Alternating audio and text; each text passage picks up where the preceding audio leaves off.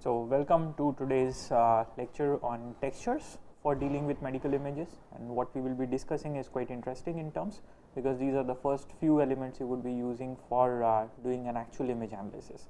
So, we will start by dealing with what textures are and how they are defined, and eventually we will go into different semantic categories of how textures are categorized over there, along with the different measures for measuring different kinds of textures, and eventually we will find an application area for them as well. So, without much of a delay over here, let us start with it. So, the first I will be introducing you the concepts about what textures are, and try to at least elucidate as to what is the difference between texture, which is quite a local phenomena dependent on the image appearance model itself, versus what is noise, which is also a local disturbance, but that is not something which is dependent on the imaging, which is not dependent on the image parameter, but is more a function of the imaging instrument itself. So, from there I would go into telling into what are statistical versus textural versus structural textures, and what is the difference between each of them, how they are characterized independently of each other. Following that will be some of the very classical texture measures. So, I will be starting with co-occurrence matrices, orientation histograms, local binary patterns, and textures from Fourier features and Wavelet. So, they will be following one beyond the other in a very distinct fashion, and each of them are pretty distinct of each other. So, they are not quite overlapped as such, and each of them reflect a very distinct property of the image itself. So, let us come down to what they would mean. Say I am taking an MR image. This is a T1 structural MR of the brain, and if you look into this one over here, you would be able to see some of the gray matter in terms of the brain matter over here. You would see the nasal cavity over here, and from there you would see the oral cavity, and here you would be able to see some of your spines and the rear part of your neck.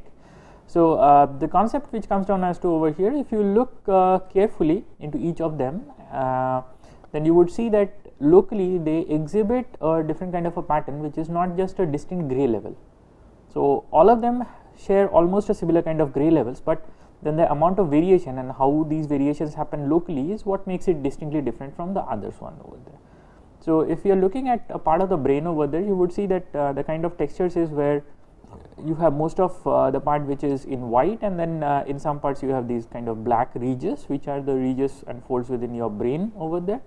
And then if you consider and compare it with the part of your neck, the rear part of it, then you would see that the amount of gray level intensity, the average intensity over there, is quite similar between each of them. But then what makes it distinctly different is this is more of a textureless, or something which is a very smoothened out area, whereas within the brain you would see that there are multiple number of folds kind of structures coming out over there. Now, this is what is defined as texture, which is basically the local variation in intensity, and which is due to the tissue heterogeneity present over there. Now, along with this one, you can contrast another particular behavior which is called as noise, and that is due to the uncertainty in the image sensing by the instrument. So, if you zoom down much closer, so basically noise and textures, they in general appear at different scales of magnification. So, while noise is something which would be corrupting each individual pixels over there, and there would be variations if you look into per pixel level basis, or much into closer into even at sub pixel levels over there. Whereas textures would be something which will be at a much more macro level. So, you need a group of pixels coming down over there in order to understand local variations between pixels, such that you can characterize something called as a texture. Now, let us go into a major part over there. One is that we did tell that your local variations in intensity is what will characterize a texture, but the point is that since we have already learnt about different kind of imaging modalities, some of them where your sensing mechanism is also stochastic in nature. So, stochastic in nature means where your intensity also keeps on varying if you are looking across time, or even on the local scale they would be varying. Now, is there some sort of a distinct texture related to them as well, is a major question which we need to address at this point of time. So, that is where I would be bringing into this concept of what is a structural texture and what is a statistical texture. So, let us take the simple example of your liver, and let us look into how you can scan the liver. So, the first example which I take is basically to scan it with an MRI. So, this is the same section of the liver which you are seeing on your MRI. So, there is a small lesion which we see over here. So, they are not as of interest for this particular lecture, but eventually we would be dealing much more details into what these lesions are and why they are more important when we come down to the case studies on the 4th week. Now, say that I also have the same image of the liver being done with an ultrasound. Okay. Now the challenge over here is that in your MRI of the liver you would see a very distinct intensity level over coming down, whereas in ultrasound you will not see such a distinct intensity level. So let's basically magnify and look into one single region of interest. So if you look into the same region of interest which is within the liver parenchyma, and you look into your MR over here and also look into your ultrasound over here. So in the ultrasound image you would definitely see some local variations in intensities coming down, whereas in your MR image there is no such local variation of intensity visible. It's not in such a great range. You have some, so there are some of these white spots which are basically due to the hepatic blood vessels within your liver parenchyma, but it's not such a major change which you see, whereas over here you would see that there are changes which happen almost like at a 2 or 3 pixel frequencies coming down in the spatial neighborhood. Now let's compare the other two regions which are basically out of the liver parenchyma, something within the body part over there. So this is an external tissue. If you look into the MR over there for this external tissue, you see a distinct change in the gray level intensities and also in the nature of texture. So this part of it is quite highly textured. The amount of high frequency components or local variations are much higher than compared to your liver parenchyma over there. It should be a very definite indicator saying that if it's a highly textured surface, then it is not within the liver parenchyma as far as the T1 MR is concerned, whereas if it's not so textured, then it's within the liver parenchyma. Now the contra happens when you are looking at an ultrasound over here. The fun is that over here you would see that it is still quite full of speckles over there, so you see a lot of local variations. The only difference is that the nature of these speckles which appear in the external tissue is very different from the nature of speckles which appear within the liver parenchyma, which is distinctly visible over here. But the point is that if I am trying to use a structural approach to encoding textures, which is say I am looking at just local variations in intensities over there, then what I would be getting in the ultrasound for a liver parenchyma would be almost similar to what I would be getting for the external tissue in the ultrasound as well, whereas it would be very distinctly different if I am looking at an MR image.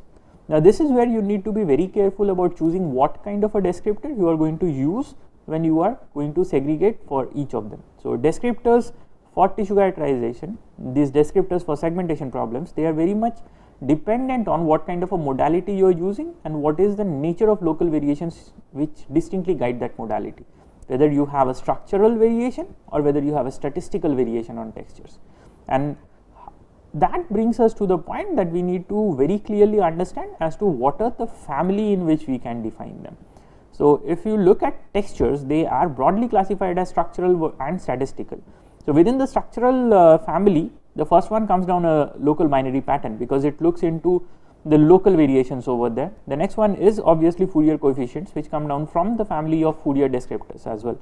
So this is basically something which you derive from Fourier coefficients and Fourier transform of an image. From there, the next one which comes is the wavelets coefficient and how these wavelets are used in order to define your textures. Now all of them are something which looks into the structure, the local structure and the variation across local structures. The other part of it, which is a statistical one, looks into the total statistics. So one of them is a orientation histogram, the other is called as a co-occurrence matrix. They basically rely on the probability of joint occurrences between two different kind of intensities coming over there. As we go into them, you will realize why this is called as a statistical measure and not actually a structural measure.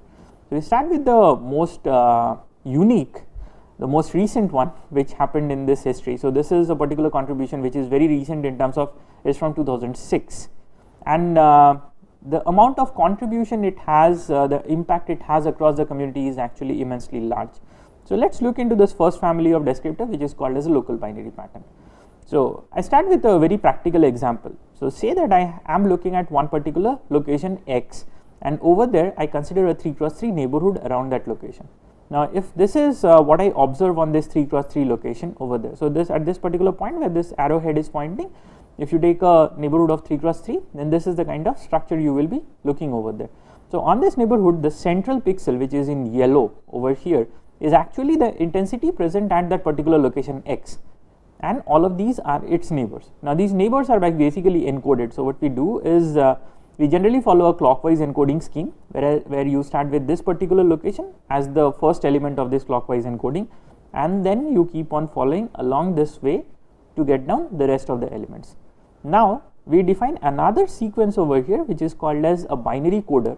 Now what this binary coder says is that this location is a k equal to 0, this location is a k equal to 1.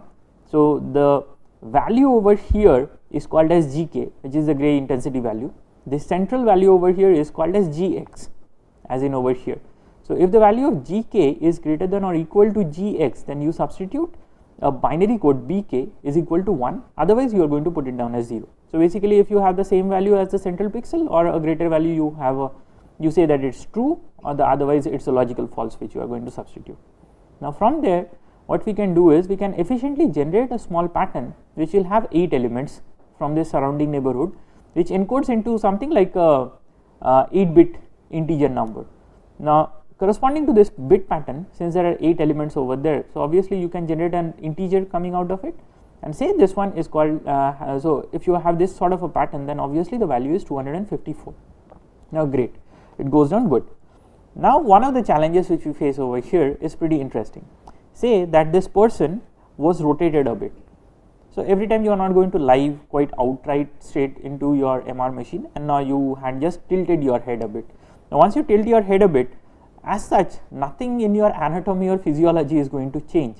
So if I am looking at the same location x again on this new image, I should be able to get its own neighborhood coming down over here. So this is what the neighborhood looks like.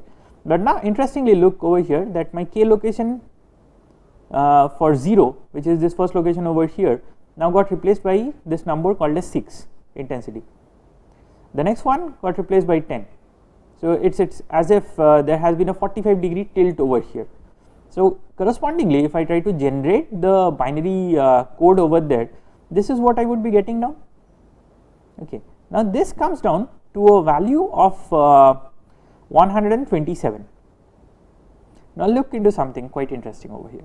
You just tilted your head, and the nature of texture which is supposed to come over here just varied.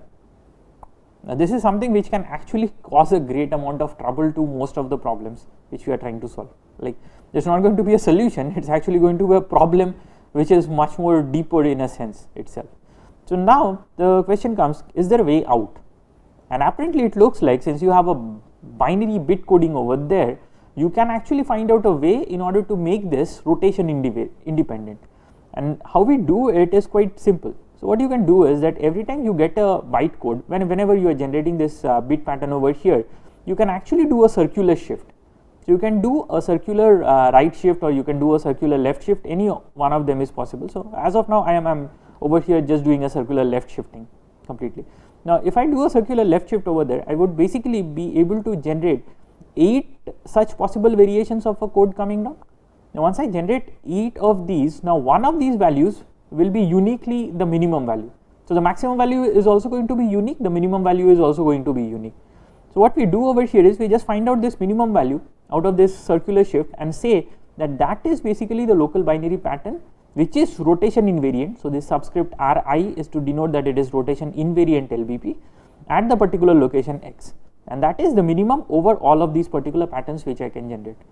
So the idea is pretty simple, that you have a structural texture descriptor over here which looks into local neighborhoods, and it is quite immune to whatever kind of rotations, local rotations you might ever have, which makes it a very unique descriptor in its own way. And the other good thing is, since it's binary and then you are just looking into greater than and less than comparison operations, you can actually make it much faster than any of the texture descriptors to be described. Now from there, from using this local binary pattern, which is a quite an intuitive and interesting one. So this does not only exist for a 3x3, you have literatures which say how to use it for larger neighborhoods. You can have a 5x5, you can have a 7x7, and in fact since you would rather try to look into a circular neighborhood than how to extend them, which are also present in literature. So you can look at that particular paper on local binary patterns and you can find it out. We will have the literature citations at the end of the lecture slides where you have all the details. So they are something which are curiously interesting to be explored, except for the fact that they are obviously computationally expensive on the other side of it. Now from there we move on to another interesting one, which is to use your Fourier coefficients or Fourier features as a measure of texture. Now one thing you might have noted is definitely that if you are looking at textures, there is some sort of a regularity in terms of variations. or your frequencies are quite, so these variations, they seem to have some sort of a spatial frequency. Now whenever the term spatial frequency comes into mind, one of the things which definitely tickles our imagination is that why not think of dealing with frequency as one of the measures for using it, and for that particular reason we are going to use Fourier features as well in order to describe. Now let's take a sampler over there. Let's take a part of the brain which has this kind of an appearance. Let's take another sampler from this part which is just outside the brain and is one of the glands, and look into that, and let's take a part of our cavity within our mouth, so the oral cavity, and look into each of them. Now if you look at the frequencies over there, obviously the amount of folds and then the ways, the frequencies, they are quite distinctly different. There is some sort of a directed nature in this particular area, whereas over here it's quite undirected, but the local variations are at a much lower frequency. If you look over here, then these local variations are at a much higher frequency because they are very close to each other, whereas over here your local variations are at a much lower frequencies because they are very far apart from each other. Now from there what you can do is, basically if you look into the DFT of each of these images, you can take small patches over there. So that would effectively mean, in terms of your Fourier transform, something equivalent to a short time Fourier transform. Over here it will just be a short length Fourier transform, or a patch wise DFT which we call, and then you can actually define different filters, and these will just be some frequency band filters over there. Now in order to compute how to get these filters, the best way is basically take multiple of these patches from one area, and then you can take an average over all the DFT coefficients for all of those patches. Wherever you get your maxima locations, they are the most dominant frequency ranges, and accordingly you can define these blobs which are the pass regions, and everything else is a 0 over here. You are just supposed to multiply that, take an inverse of the DFT, and then you would be getting a region on the image which just shows you this part where it matches that particular frequency. So this is quite an intuitive way of a very straightforward method for doing segmentation. The downside obviously is the computational complexity with the DFT, because that's in the order of a direct formation would be in the 4th order of the number of pixels you are taking down. Fast Fourier transform would be in the square of the log of square of the number of pixels you are taking down. So those computations are obviously a deterrent. Other than that, it's obviously a very good method for doing it if you have a lot of time in hand to spare in order to compute them. Now since we have described these features which are called as Fourier features and how to look into them, there is obviously something which we should be exploring much more detail, which is that now that I know that there is some aspect of spatial frequency involved in textures, then can I actually look into what spatial frequencies were generating those textures? So this is something similar to say a Fourier spectral decomposition or a Fourier series decomposition which you would be taking in case of a signal.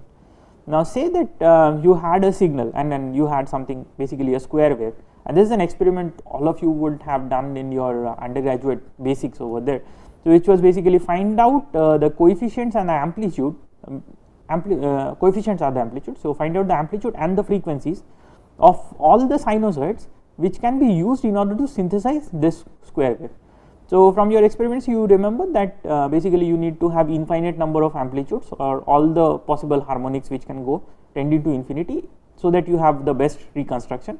If you are taking something smaller than that, you will have a jittery behavior over there, but you will be able to reconstruct almost something which looks like a square wave. Now and interestingly, if you take any of these frequencies and start correlating it with this square wave over there, you will get a non-zero response, whereas you take a sub frequency in between these harmonics, you will generally get a zero correlation result over there. Now correlation is basically a flipped out version of convolution, right? This is what we all know from our understanding of signal processing and image processing, which is a fundamental to this course which we are doing. Now that's a curious case which we use over here. Now imagine that each of this wave is just a part of a wave and not a complete wave. Now this particular one at omega 0 will be serving as a reference template in order to generate 3 omega 0. So 3 omega naught is generated by basically compressing or fitting 3 times of the same wave into the same time length which is for omega naught. Simple definition. A 5 omega naught is basically done by fitting 5 times the length of omega naught into the same length as omega naught. That is how you are going to generate multiple higher harmonic frequencies over there. Now curiously, if this is the situation, then why not let us look into waves which are not necessarily sinusoidal. I mean, think of it in this way, that if there is a square wave and I want to represent it using some waves which are not sinusoidal, but say a square wave itself. So if there is a square wave and I want to represent it using only just square waves and not sinusoidal coefficients, and I define some sort of another integral transform which is not necessarily a Fourier transform, but something like a square wave transform, where the fundamental definition over there is every waves are square and then all harmonics are basically square, the harmonics of that square wave coming down. Now you would see that you would just need one square wave at the frequency omega naught in order to synthesize this whole thing. You don't need the other ones. So basically, by changing the nature of the wave from a sine wave to a different kind of a wave, you could cut down on the number of primal definition components you would need, or the number of waves you would need over there in order to define. And this is what is the basic understanding about wavelets. So wavelets are basically kind of structuring elements, or they are sort of waves which are not necessarily sinusoidal, but of some other definite quantity. The way they are defined can also be mathematically represented very explicitly, and using these particular definitions you would be able to actually synthesize any sort of a structure over there.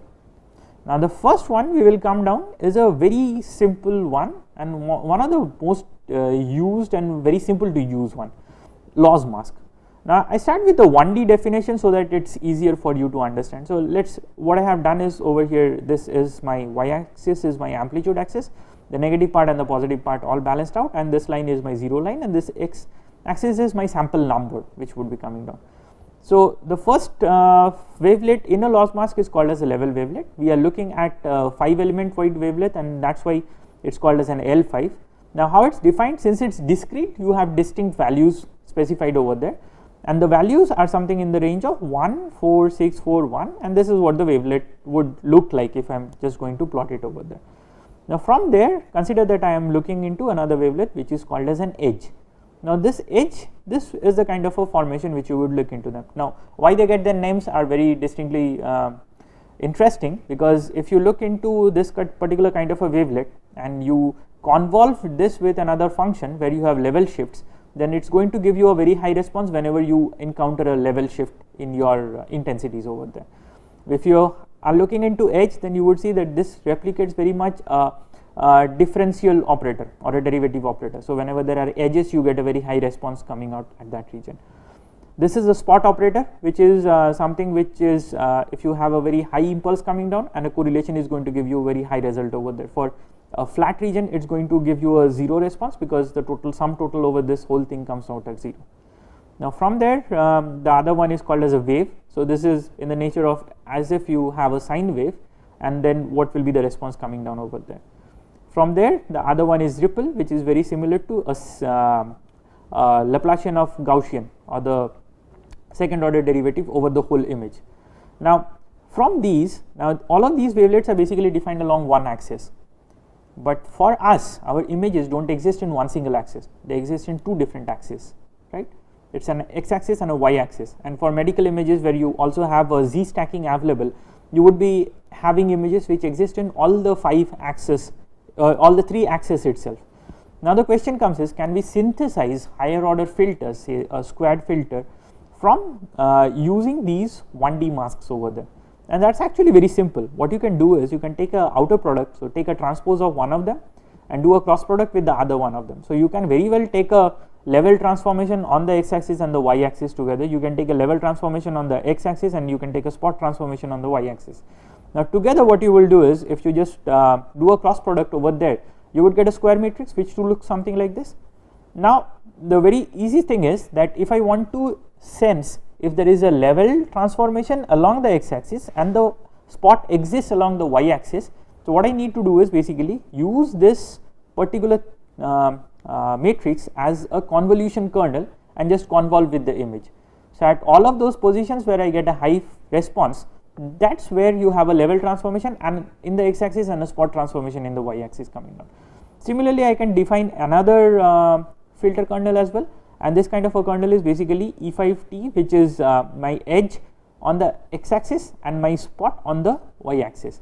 So you can, since you have 5 primal component elements over there, you basically have an option of synthesizing 25 such filters over there.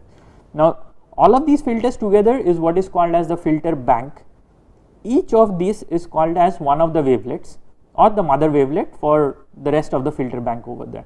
Now loss mask is not necessarily restricted to only just 5 elements or a 5x5 dimension. You have them in 3x3 as well. You can extend them to 7 elements, 9 elements, 11 elements. So later on, as we have all the books over there, I will be showing you as to how to expand and what to do. So you can read through much more details in the textbooks which are referred over there for more of the details. Now if you clearly look into this one, you would see that one point is that all of them are integer kind of wavelets. You have levels in which it's translating. It's not a continuous function in which the translation happens. Now for that, a much more improvised kind of a wavelet is called as a Gabor wavelet.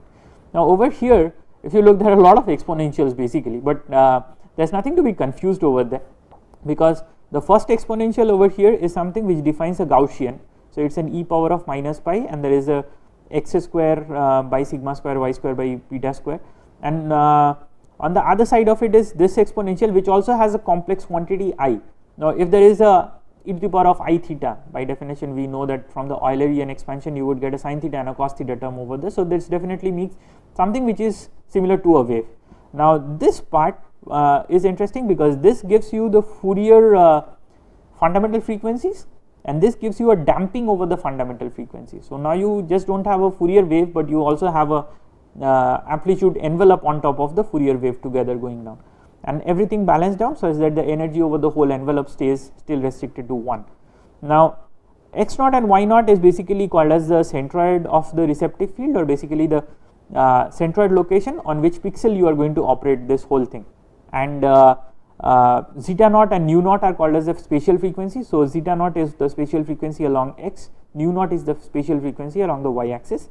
Alphas and betas are the elliptical standard deviation of this elliptical Gaussian over there. So if you want to take a non-elliptical Gaussian, you can put down a circular Gaussian, then you can put down sigma is equal to beta into as some particular number.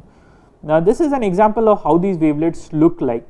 So as you keep on varying the, so we specifically take down sigma equal to beta equal to the same number, and this is a variation of this sigma and the beta range, which is, if I am looking along the x axis, then everything is varying in terms of my standard deviation of the Gaussian. If I am looking along my y axis, then what I am basically varying is the frequency zeta naught and nu naught. So as the frequency zeta naught and nu naught, so over here you would see that this wavelet is perfectly aligned along the y axis, but the x axis there is no frequency present over there. Whereas if you look into this one and this one, you would see that the whole frequency exists along the x axis, there is no frequency which is existing along the y axis, and intermediate you would see all of these variations. So by basically changing these parameters over there, I can generate a whole family of multiple of these coming down, and each of them is called as a wavelet element of this whole family over there, and this is the mother wavelet which defines the every element of that family. So these were what we called as structural measures for understanding structural textures. So this is one family which just ends over there, and the same way how you can use it is for any wavelet. So you would just be convolving with one of them and doing it. But the other one which we are entering now, which is called as the statistical measure. So first I will be dealing with co-occurrence matrices. This does not make use of anything from a linear space invariant system, or no concepts over there. There is no convolution involved or anything. Now this is purely something based on spot counting. Techniques would be similar to what you have done on your local binary patterns over there. So we need to again look into one spot and look into its neighborhood, and then we are going to count down the number of elements over there. And as the name suggests, co-occurrence, so this means that two objects need to occur simultaneously together, and we are just going to measure how simultaneity is present between their occurrences. So let's look at one particular region, this small region over here. So this is a small 8x8 region which I am looking down over here, and this is the kind of intensities which I would be seeing on this 8x8 region. Now from there, let's take an operator which is called as a northeast 1 pixel pointing. So what that means is, basically if you are standing at one particular pixel location, say this particular location, you need to take an operator which will relate this particular pixel location to this location. So that's my northeast, and there is a 1 pixel. So say that if I use a 2 pixel northeast pointer, so that will be something I look at this pixel and I am going to look at what is the relation between this pixel and this pixel, and there is nothing to be included for this pixel or any other pixel over there. So that would be a northeast with 2 pixel. If I say that I am a north with 1 pixel, so it's basically look into this pixel and look into this pixel, their occurrence together. But remember one thing in mind, these operators are very much directive and direction sensitive. So if you have a north 1 pixel, which means from here I am looking over here, there is no way that I am going to look in the reverse down, because the reverse wave will basically be a south 1 pixel pointing operator over there. Now with this one, let's start how the whole thing is. So how this matrix is defined is, first I will be looking into all the possible gray values. Now over here, if you look into this particular table, you would see that the intensity values exist in the range of 0 to 3. So definitely this is encoded in a 2-bit number, that is why you have just existing between 0 and 3. So we point down this particular side of it, which is all the rows are arranged at the first element which I am looking at, and this columns are arranged based on the second element to which it is pointing, and I am looking over there. Now let us start by counting. So if x is 0 and the pixel towards its northeast is also 0, and let us see how many of them are there. So you can distinctly count out that there are 6 of such occurring over there, so it gets filled up with 6. The next one is, my central pixel is 0 and it is pointing to a northeast pixel which has a value of 1. Also interestingly find out that there are also 6 such combinations over there. Now for the next one, I have a central pixel of 0 and it points down to an intensity value of 2. So there are 2 such occurrences where you would be looking into it. For here we do not have any of them. In this case, where it's number of times there is a central pixel value of 1 and it points to a 0, there are 7 of them, and eventually you keep on looking into all of those possible combinations, and you can trace out those particular pairs coming down in your image, and you can populate the whole table over there.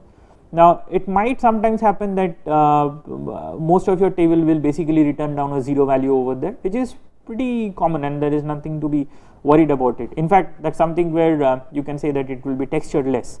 It will come down to the specific case when it is called as a textureless based on this one. So once you have done all of this, now what you can do is, this whole table is basically a 2D histogram which you have over there of co-occurrences. Now from a histogram I can definitely generate my probability map. Now the sum total of all the elements in this histogram is basically equal to 49. Now that also has a relation to this whole size of the image on which I am looking at. Now how this is defined as, see, if I am looking at a northeast pixel pointing down, so basically my all x locations, they can vary from here to here. This particular will not be taken into consider because I do not have a valid existence. So there are 7 such rows which can be taken care of, and if I vary along this axis, I will just get 7 such possible columns over which I can actually compute it out. So there will basically be a valid region of this one which is 7 cross 7 or total 49 elements over which I can count out.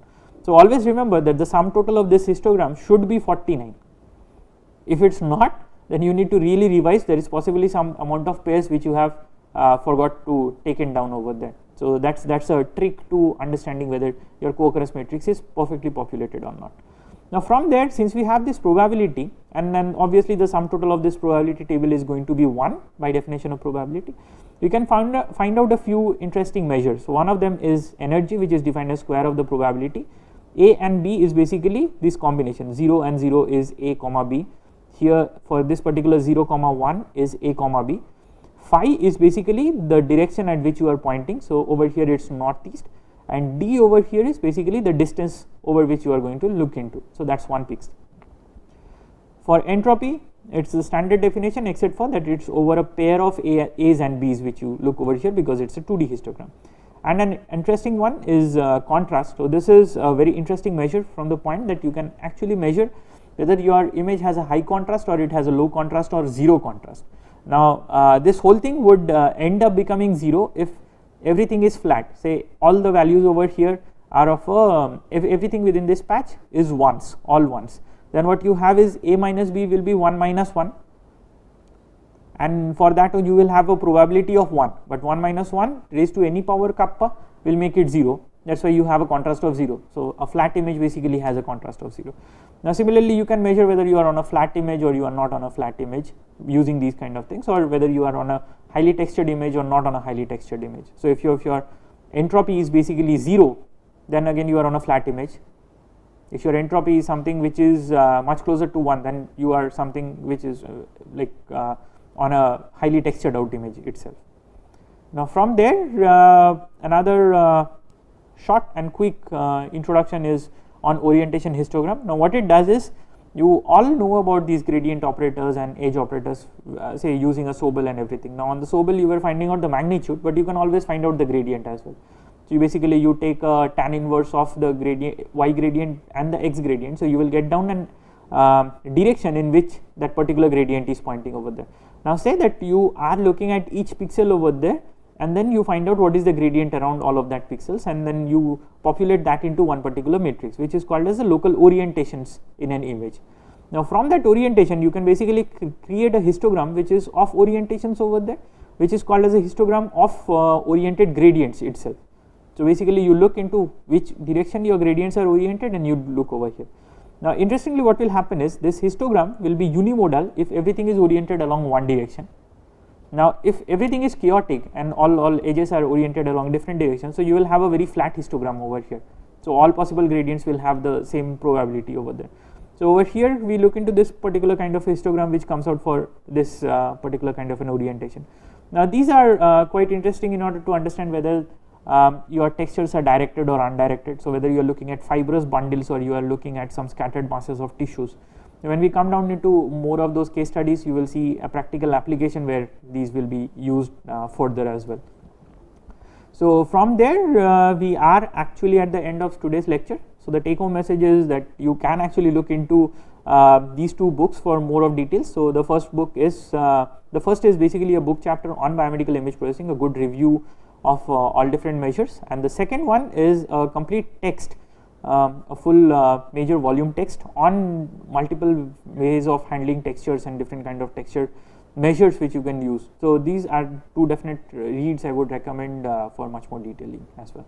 So with that, thank you.